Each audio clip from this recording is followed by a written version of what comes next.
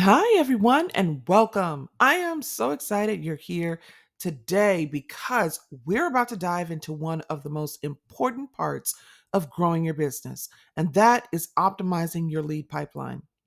If you're tired of watching leads slip through the cracks or hitting a plateau in your sales, you are in the right place.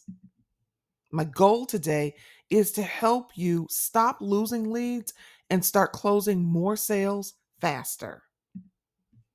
Before we dive into the nuts and bolts of this workshop, let me introduce myself properly. I'm Jessica, but you can just call me Jess. I wear a few hats, but here's what you really need to know. I'm a digital strategist, and my passion is helping businesses turn conversations into conversions using smart, strategic, and digital approaches. Because let's be honest, leads don't mean much if they're not turning into actual sales. I'm also a corporate escapee. After spending 20 plus years inside of companies stuck in bureaucracy and complacency, I walked away. I wanted to help the bu- I wanted to help the businesses that actually wanted growth, not just talk about growth. And finally, I'm a habitual adventurer. Whether I'm hunting down hidden Whether I'm hunting down hidden restaurant gems, getting lost in a great book, or exploring a new destination, I'm always chasing my next source of inspiration. Now that you know a little bit about me, let's get into the real reason you're here, and that is optimizing your lead pipeline so you can convert more leads into sales. Let's go. You've got a workbook to go along with this workshop, and you'll find it right in the Getting Started section of the course dashboard. Just look for the link that says Download Handouts. It's a fillable PDF, which means you can type your answers directly into the file. When you're done, save it like you would any other doc, and your answers will be right there waiting for you next time. Throughout the workshop, I'll walk you through each section of the workbook and show you exactly how to fill it out so no guesswork is required. Scratch that.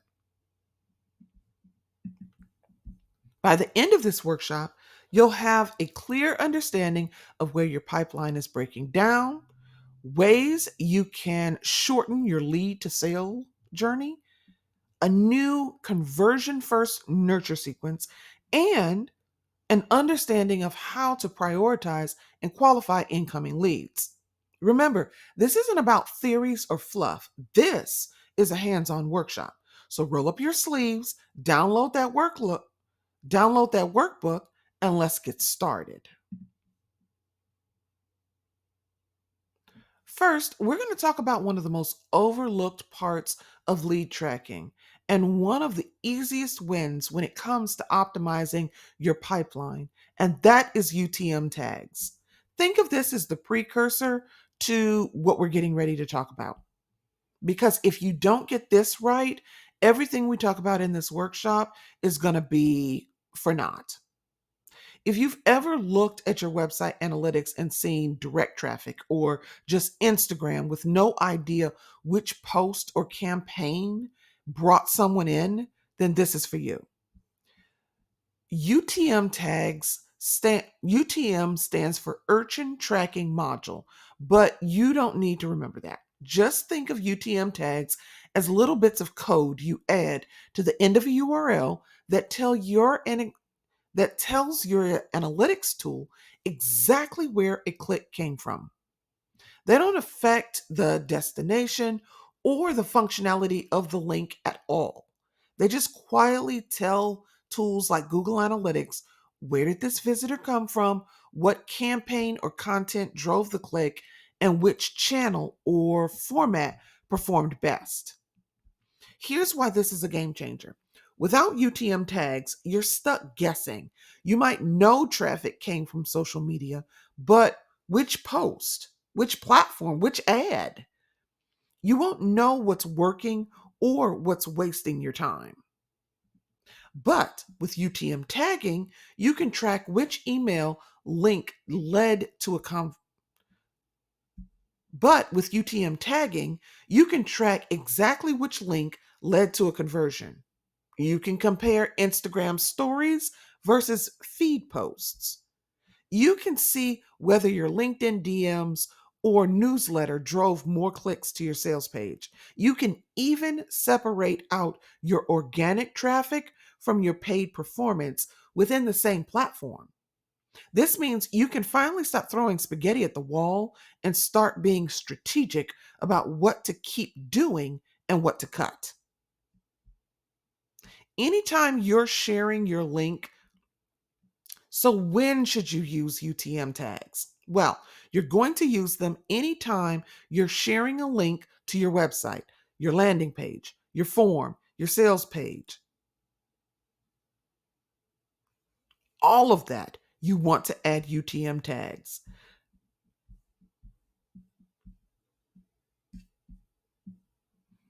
Social media posts and stories, email newsletters, guest blog posts and podcast interviews, DMs and outreach messages, paid ads, partnerships, affiliates, QR codes on print material. Even if you're a solo founder or a small team, this is still worth doing. It takes about 30 seconds and it gives you the data you actually use. And it gives you the data you can actually use.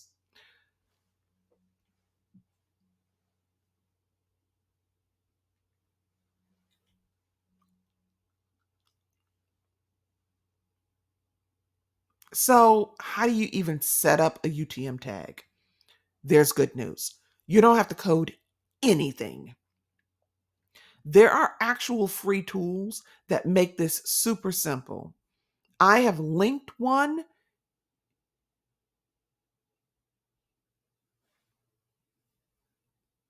I have linked one in your workbook. When you get to that link, all you have to do is add content to the key fields, the website URL, which is your base link, or where you want to send people. The source, which is going to be the platform. Is it Instagram? Is it LinkedIn? Is it email? The medium, which is the type of traffic. Is it social traffic? Is it paid traffic? Is it email traffic? The campaign. If you have a campaign name, say this is let's say this is your summer 2025 sale. You may want to name it that. You may want to name the campaign that.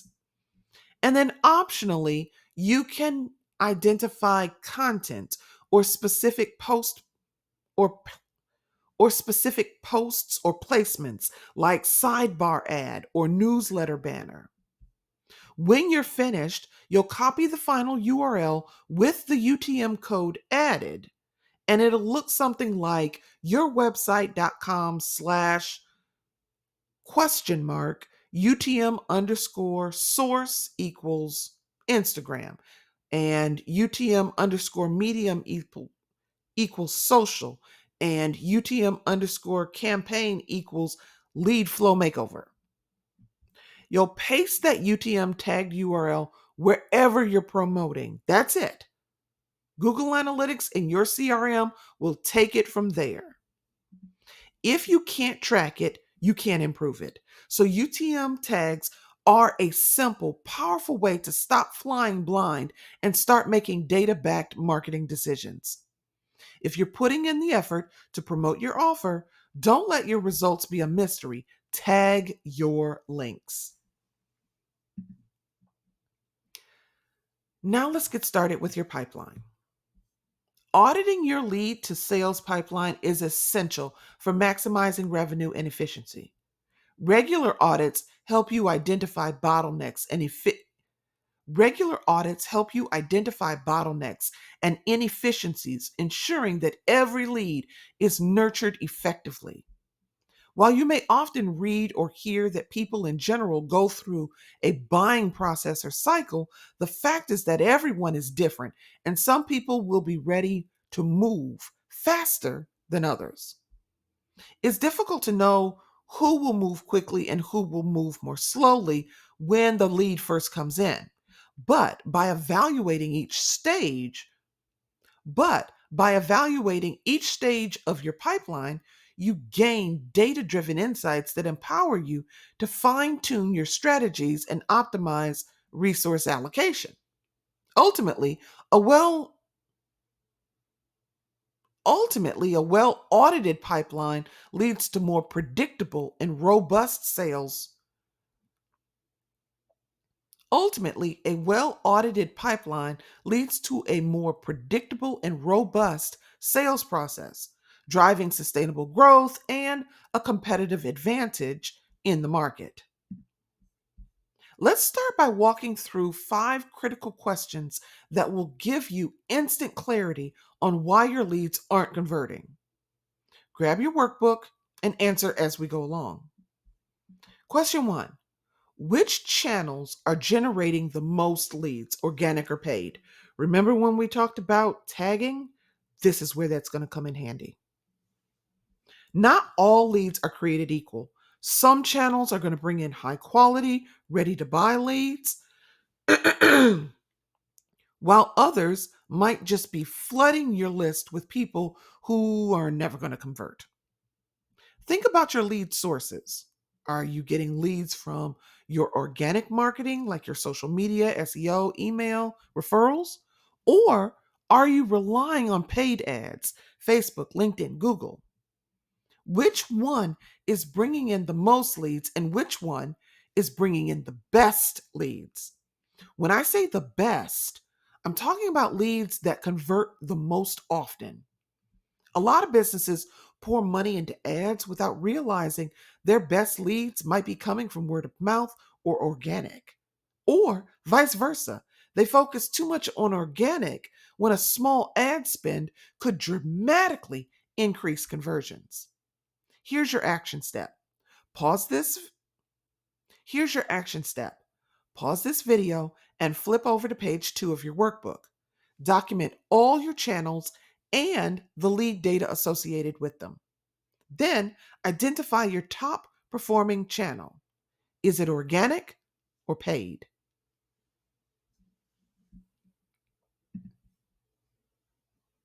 Question 2: which sources in each channel are generating the most leads? Once you know which channel is bringing in the leads, let's zoom in. What's actually working within that channel?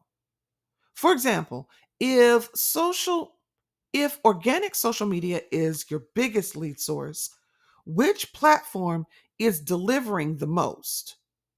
Is it LinkedIn, Instagram, YouTube? If you're running paid ads, which ones are converting best? Are people coming from Facebook ads or Google search ads or retargeting ads? If you rely on email marketing, which campaigns or opt ins are bringing in the most engaged leads? What about referrals? Are they coming from strategic partnerships, word of mouth, customer recommendations? Most people guess at this, but data doesn't lie. By tracking where your leads are actually coming from, you'll know where to double down and where to stop wasting time. Here's your next action step. Pause this video and flip to page 5 of your workbook. I want you to document all your sources and lead data associated. Then identify your top performing source.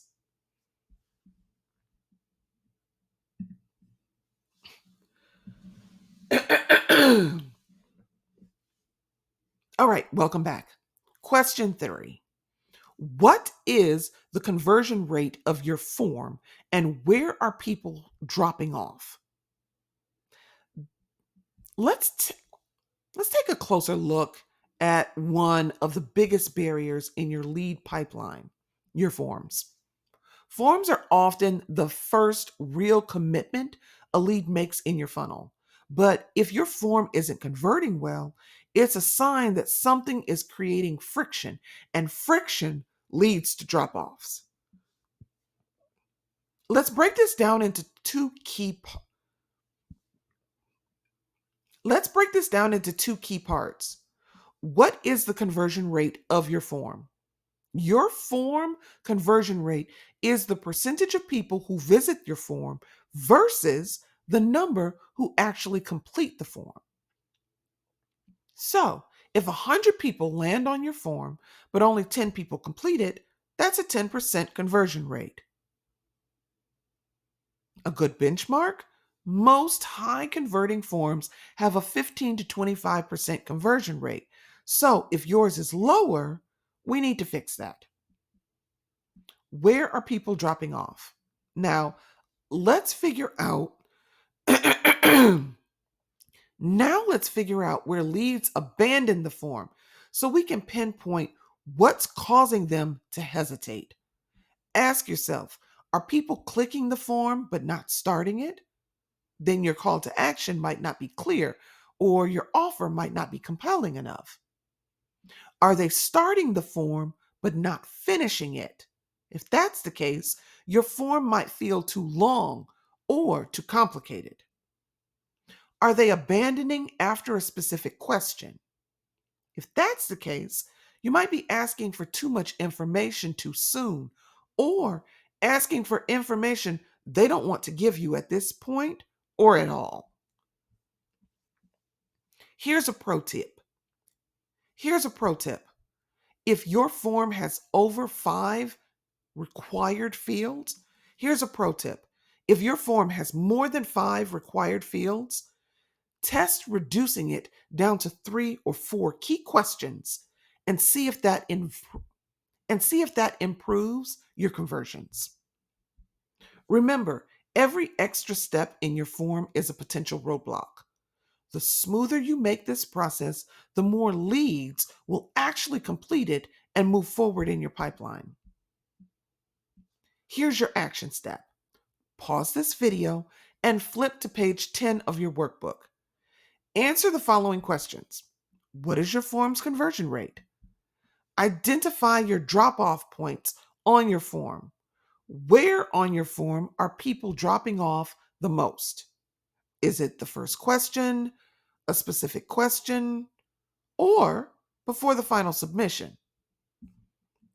Is it the first question, a specific question, or before the final submission? Here's another pro tip. If you need help finding this type of data, I recommend signing up for a user behavior analytics tool. Check out Mouseflow. I have used them for years. They have a free trial, and after the free trial, you can upgrade or stay on their forever free plan, depending on the amount of traffic coming to your site each month. You can check out Mouseflow's tool. You can check out Mouseflow's tool by visiting mouseflow.com.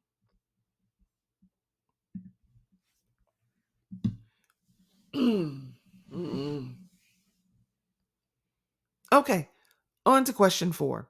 What happens after someone enters your funnel? Let's say a lead does come in. They finished, they completed your form. Now what?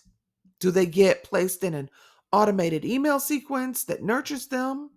Are they prompted to book a call or sign up for a demo or make a purchase? Do they enter your CRM or your sales system?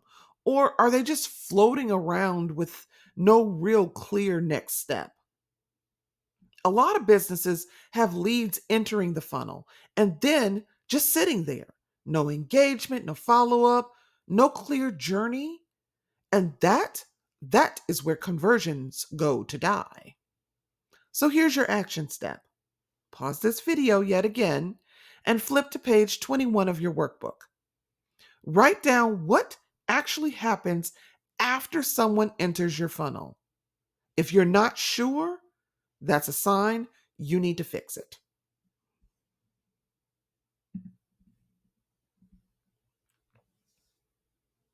And question 5.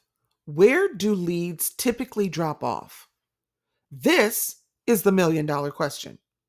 You might have leads coming in, but where are they ghosting you? Are they signing up for your freebie but not opening your emails? Are they booking calls but not showing up to the call? Are they watching your webinar but not taking action? Clicking your offer but not buying? Most businesses have one or two key drop off points that are silently killing their conversions. If you can pinpoint where leads are disengaging, you can tweak that part of your funnel and see an instant improvement in sales. Here's your action step. Pause this video and flip to page 24. Pause this video and flip to page 24 of your workbook. Identify the biggest drop off point in your funnel. Where do leads stop engaging?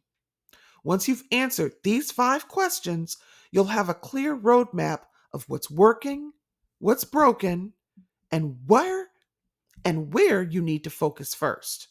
Now, let's take those insights and start fixing your lead pipeline so you can stop losing these leads and start converting more into sales.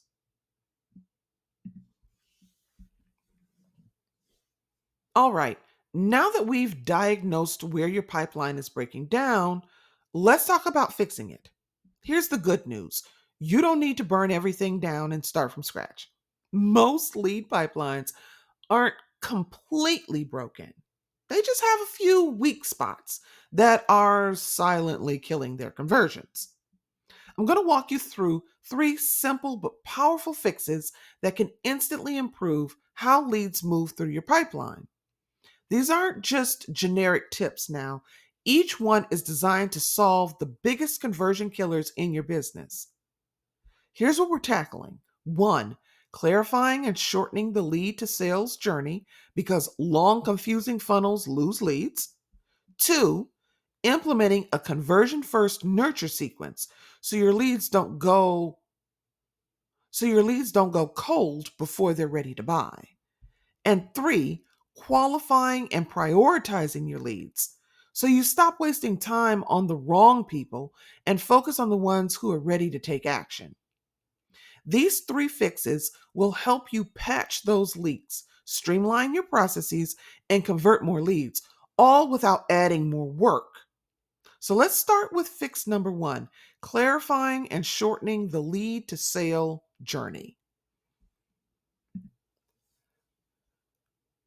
One of the biggest mistakes that kills conversions is making your lead journey way too complicated.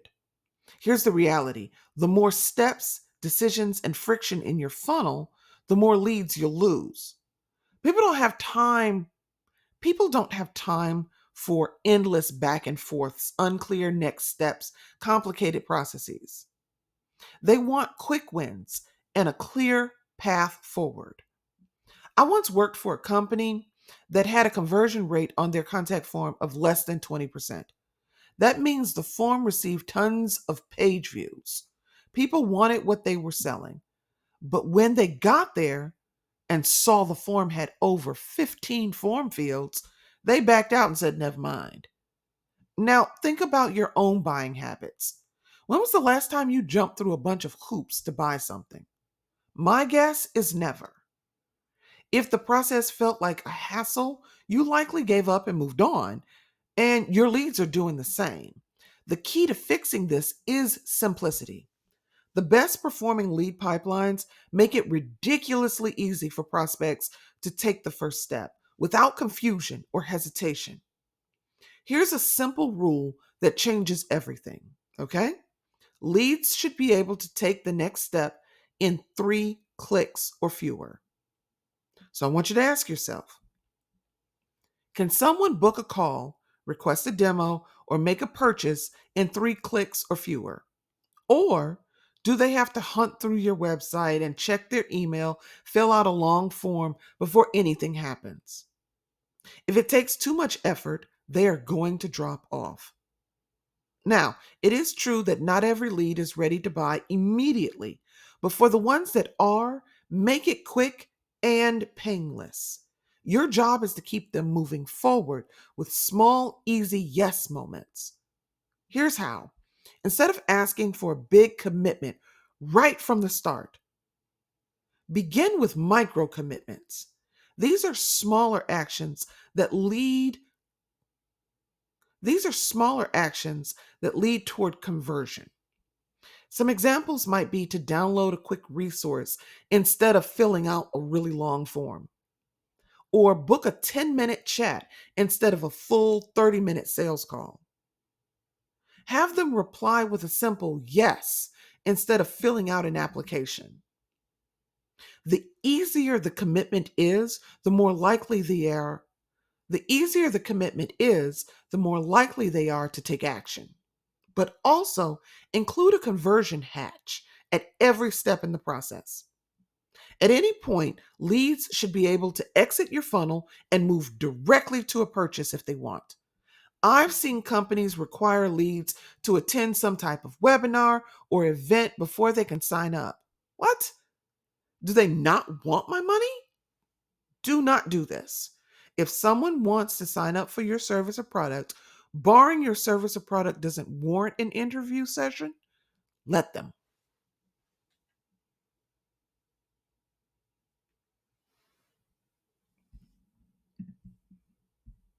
Okay, action step.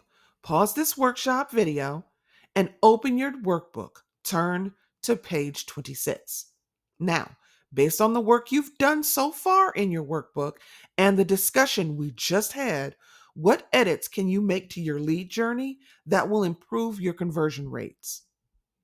Write a quick, value packed first Write a quick, value packed first touch point. What's something small but powerful you can share with leads right away? And when you're done, press play again and we'll move on to fix number 2, which is implementing a conversion first nurture sequence. Okay, welcome back. Now, let's talk about what happens once someone enters your world. Because here's the thing, most leads don't convert right away. They need nurturing. Okay? They need nurturing, but not just any kind of nurturing, the right kind. A lot of businesses make the mistake of either one, ghosting their leads, thinking if they're interested, they'll come back. Spoiler alert, they won't. Or two, overloading them with generic marketing fluff that doesn't move them closer to buying. We're going to fix that with a conversion first nurture sequence that builds trust fast and gets leads ready to take action. People buy from those they trust, and trust is built through value and clarity, not vague salesy messaging. The key here is that your first interaction should always provide an immediate win for your lead. Instead of saying something like, "We'd love to work with you again. Let me know if you have any questions." Try this. Here's the fastest way to solve specific pain point. If you apply this today, you'll start seeing results immediately. This approach does two things. One, it positions you as an expert who can help them right now. And two, it creates momentum. When someone gets a quick win, they're more likely to keep engaging. Now let's structure your follow-up so it actually leads to conversions. We're going to use the 333 method. 3 emails delivered over the first 7 to 10 days. 3 DMs, if applicable, sent personalized 3 DMs, if applicable. You'll send 3 personalized follow-ups on LinkedIn, Instagram, or wherever your leads hang out. And then 3 value-packed touch points. This could be a case study, a video walkthrough, an interactive resource that keeps them engaged. Here's what it looks like. Here's what this might look like. Email 1, reinforce the problem and give an immediate quick win. Email 2, share a short case study or proof that your method works. Email 3, call to action to book a call, join a demo, or take the next step. Same thing with the DMs. Keep them conversational, not pushy.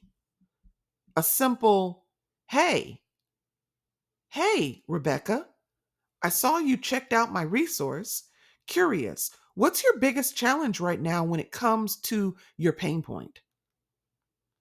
This gets way more responses than a hard pitch. Here's your next action step. Pause this workshop video and open your book to page 25. Write a quick, value packed first touch point. What's something small but powerful you can share with your leads right away? Map out your 3-step nurture sequence using the template provided in the workbook. A well structured nurture sequence does the selling for you. Instead of chasing leads, you'll have a system that naturally warms them up and moves them towards buying. When you're ready, press play again, and we'll move into fix number 3, which is qualifying and prioritizing your leads.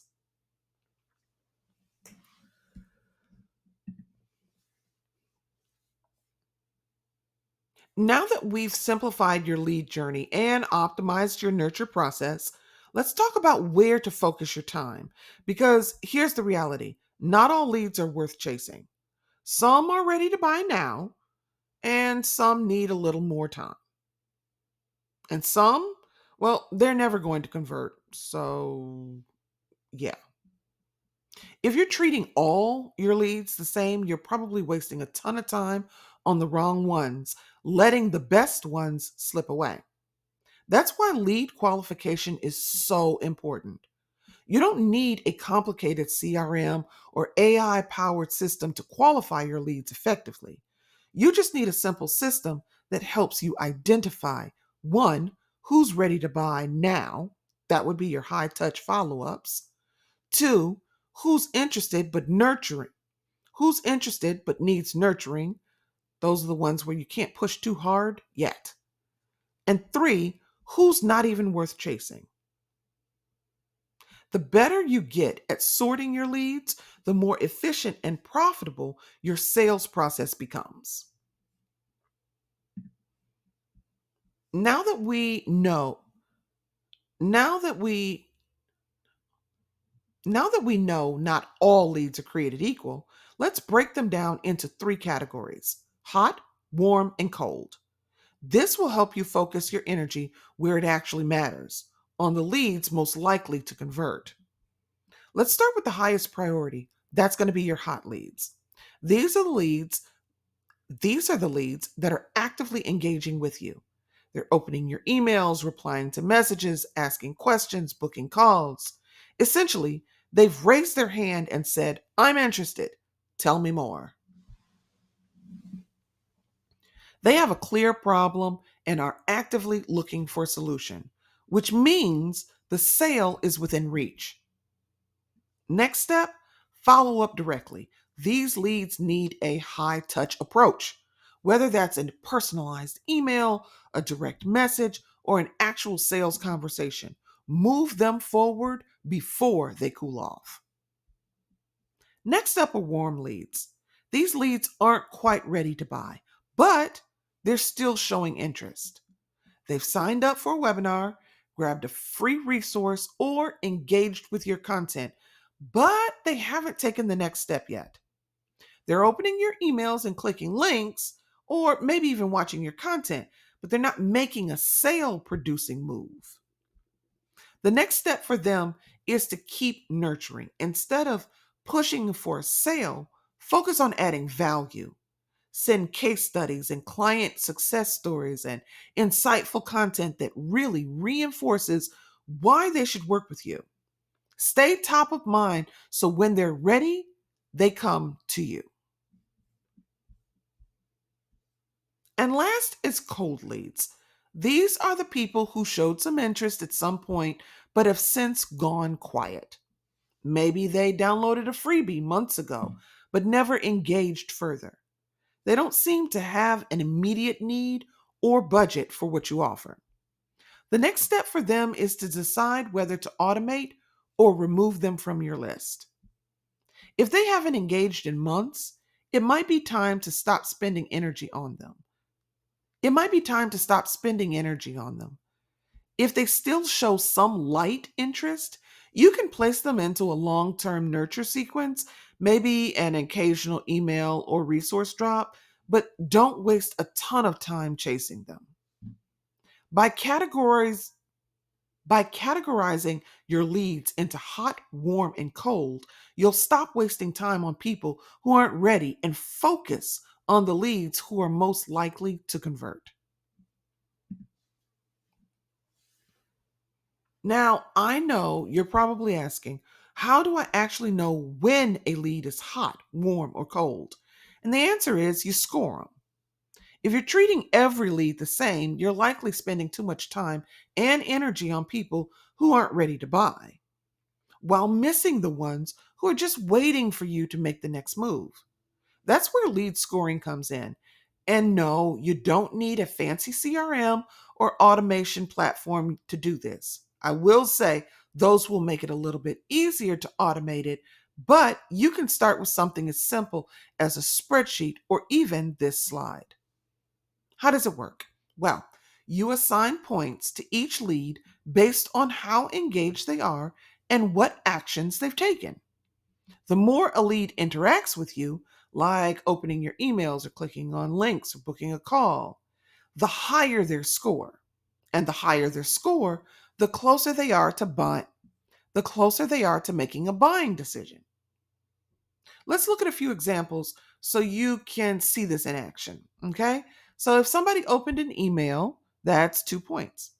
If they clicked inside of the email, that's 3. So you would add 3 points. If they replied to your message, that's that's an additional 5 points. They're showing intent. If they booked and showed up to a call or a demo, that's a strong buying cycle, plus 10 points or even plus 15. If they visited your pricing page or asked a direct question about your service, those are key indicators. Give them an additional 7 or 8 points. And we also account for disengagement. So if someone ghosts you after a booking call, that's going to be a negative 5. Or if they unsubscribe from your emails, that's a negative 10. You just tally the scores total based on behavior, and then you can drop them into one of the 3 lead categories. Scoring ranges can look something like this: 20 or more points, that's a hot lead. They're primed and ready. Reach out personally. 10 to 19 points, they're a warm lead. Interested, but not quite ready. Keep nurturing. 0 to 9 points, that's a cold lead. Either disengage or just not the either disengaged or just not the right fit right now. Either automate your follow-up or set them aside. And here's the beauty of this. Once you're scoring leads consistently, you're no longer guessing. You know exactly who to follow up with today, who to who to continue warming up, and you know exactly who to follow up with today, who to continue warming up, and who to stop chasing altogether. This is how you go from scattered and reactive to focused and strategic. So now I want you to start thinking about how your own leads might score and how that score can guide what you do next. Let's move into the next section of your workbook so you can try this for yourself. Action step. Pause this video and open your workbook to page 31. I want you to select 5 of your current leads, the most recent ones. Score each lead based on the points assessment on page 31 of your workbook. Then determine which category these leads should fall into based on the category score tiers on page 32 of your workbook. Lastly, choose one action for each category that moves them forward. Is it a hot lead? Follow up today. If it's a warm lead, send them a personalized check-in or value-driven resources. If it's a cold lead, decide if they go into an automated sequence or if they need to be off the list. Your time is your most valuable asset. Spend it on the leads that are most likely to convert. Once you start qualifying and prioritizing, you'll stop feeling like you're chasing people and start closing deals with ease. All right, let's let's wrap this up by pulling it all together.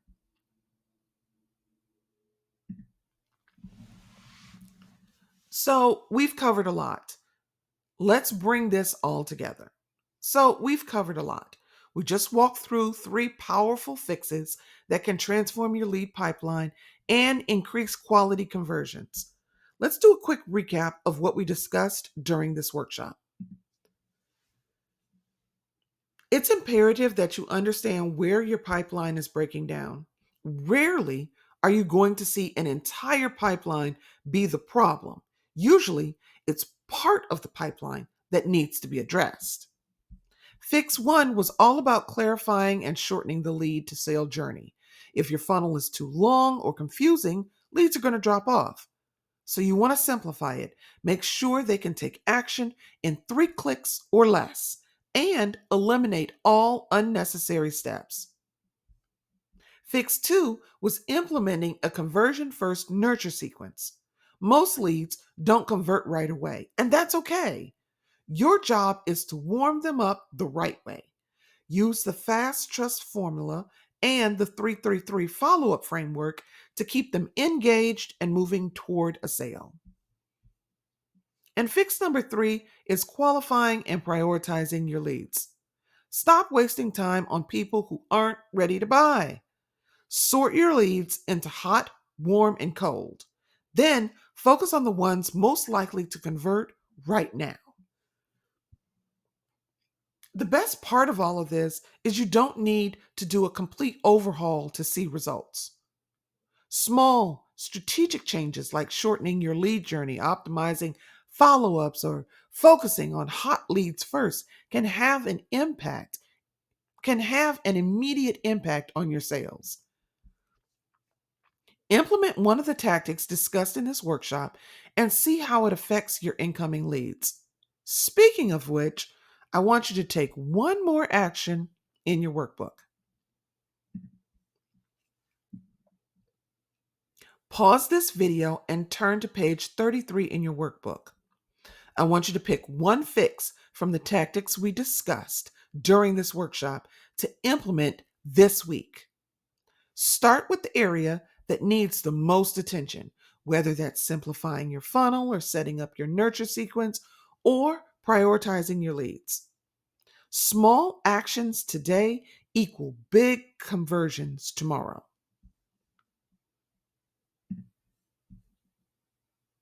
There you go. You've got the insights. You've got the action steps. Now, let's make sure you have the right support to keep optimizing and growing your business. I want to help you beyond this workshop. So, here are 3 ways we can stay connected. And depending on where you are in your lead generation journey, one of these will be the perfect next step for you. You can subscribe to the Business Hive newsletter if you want weekly, no fluff insights on lead generation, marketing, optimization, and business growth strategies. If you love quick, actionable tips that you can apply right away, this newsletter is going to be perfect for you. Every week, I break down what's working right now in lead management, conversion strategies, and automation. So you're always ahead of the game. You can sign up at the link under this workshop video. And you can subscribe to the podcast. If you prefer listening on the go, whether you're commuting, working out, or just multitasking, if you love deep dives, expert interviews, and case studies that give you real-world examples of lead and business optimization, the Business Hive podcast is for you. This podcast is where I get real about lead management, sales processes, automation, and business growth. No fluff, just straight strategy. You can listen at the link below this workshop. And last but not least, you can join the Business Hive community. You've just taken a powerful step toward optimizing your lead pipeline. But let's be real, watching a workshop is one thing. Getting consistent results takes ongoing support, accountability, and guidance. That's exactly why I created the Business Hive community. If your leads still aren't converting, if your sales feel stuck or inconsistent, or if you're sitting there thinking, I know something isn't I know something isn't working, I just don't know what it is. This is where you go next. Inside the Business Hive, we go beyond quick fixes and surface level advice. You'll get access to real strategic support to help you audit your pipeline, identify what's holding you back, and implement smart, sustainable solutions that actually work. You don't need more information. You need some clarity and direction. You need momentum. And that's what the Business Hive gives you. It's not just a community, it's a growth engine for your business. So if you're serious about optimizing your lead flow and finally getting results you can count on, this is where you belong. Join us and let's build something better together. You made it to the end of the workshop. Amazing job. But more importantly, I hope you're walking away with real, actionable strategies you can start applying to your lead pipeline right now. Now, quick reminder, taking action is what creates results. Don't just let the workbook sit in your files. Go implement it. Even small changes can lead to big improvements in your conversions. I genuinely appreciate you being here, investing in your business, and taking these steps to optimize your lead pipeline. You're already ahead of so many people just by committing to improvement. I can't wait to hear how these strategies work for you. Now go put them into action. And if you have questions, you know you can always reach out to me. I am here to help. Until I see you again, I bid you adieu.